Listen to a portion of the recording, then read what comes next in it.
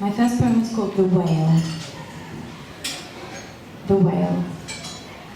You're out at sea, and you know under the flats a whale is turning, a heavy, graceful mass of muscle, flesh and bone. It's there, ungraspable, hidden in the depth, mysterious. But from your boat, you see nothing, no ripple even. And yet it has the power to upend you, turn you out into an element unknown to you, the cold, wet, deep, dark haven of all life, where you'd be flailing, gasping, disintegrating pages of your notebook floating uselessly beside you, when you had wanted so much to connect, to glide alongside with your eyes only, to understand the deep song that spins its way along vast distances, to touch the rubbery, silver, black, barnacled skin of our ancestors, of wisdom beyond ours, wanted to be a part of it, not drowned at the bottom of the sea. Useless, like the plastic sheets that encase your thoughts not long ago, that have all disappeared and become numb, unexisting, dissolved, and those green see-through squares will float for many, many years along the surface of a wild-pitched sea and toss and turn, empty.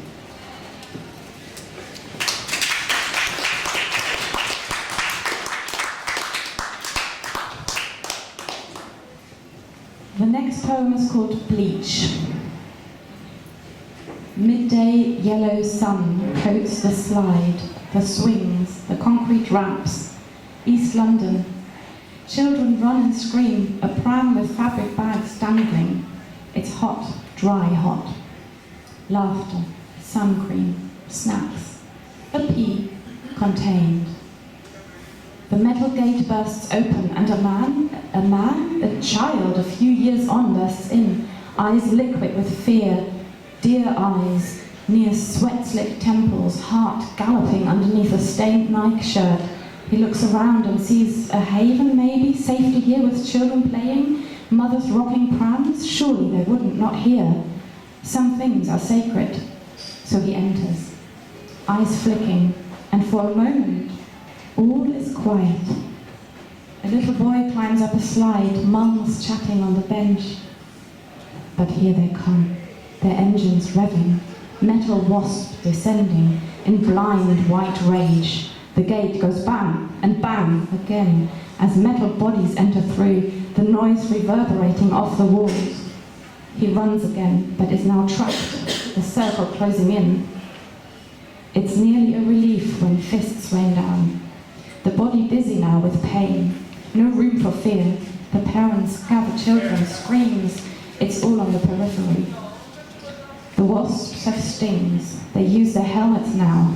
The world goes black around the edges. A little boy slides down, his eyes confused. Get down, he's got a fucking gun! The father screams, but that is not a gun. Bright plastic, blue, it's harmless. Something from a mother's kitchen. Bottle with an orange cap. He shakes it, twists it, squirts it now. It's bleach. The world explodes and will from now on never be right again.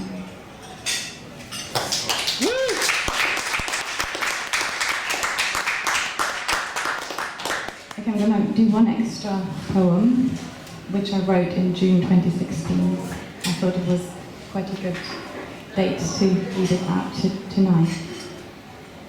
You did it. You only just went and did it. And by doing it, you broke my heart. You thought it was just a game, that nothing would change at all. I don't think I'll ever forgive you. We'll have to go separate ways now. Everything's turning to shit, wow. And you've just opened champagne. To toast the decent people of Britain and to wait for a fucking new dawn. Well, I've got news for you, my friend. You're now just as fucked as I am. I feel numb and scared and sick right now. What will happen to all of my friends? You don't care. You just feel triumphant. And you think this is some sort of game. How can you honestly think that we'd be better off out in the cold than the very same morning the results are in, every promise is promptly withdrawn? In one single day, everything changes, and you let the dark forces in, who will continue to lie and to cheat, because after all, they did win. The power they have is like sweet revenge and justifies all of their means. I just feel trapped here, in hostile surroundings, constantly looking over my shoulder. People say to my face, like it or lump it. This is turning into a fascist state. I mourn for the world that your unthinking ex has just completely ripped to shreds.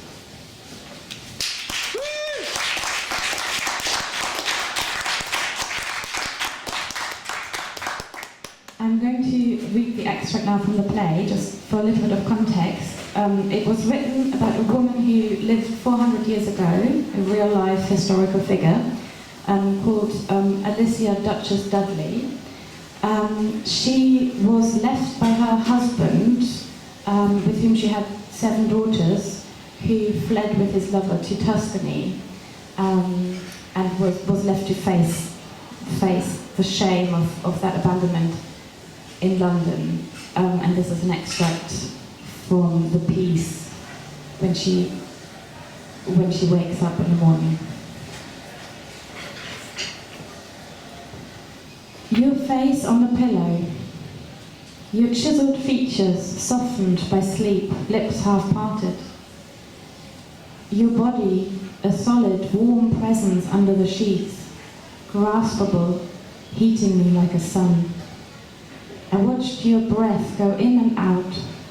I watched your lips, the golden wire of your beard, your forehead. Like a familiar landscape I wanted to walk in, to travel through with a trailing finger, yet I didn't dare for fear of waking you. I felt such an urge to touch you, to kiss you, to hold you. Such a longing for you. It tore through me like fire. It burned up in me and consumed me. In my morning stupor, dazed by the dream and drunk with sleep, I'm convinced he's just in the other room or out on the early hunt, and he'll be back. And then it hits me, and I fall again into that deep well. He's gone. He left that night in darkness. Were there secret preparations? There must have been. Crates packed, clothes chosen, a bird-like excitement at the romance of it all. Bird. Dog, more like it. Rabid dog. Elizabeth Southwell. That name will remain as a stain on my soul. Snake. Painting her mouth and using it to tear him from me? How did she do it? Was it at that dance?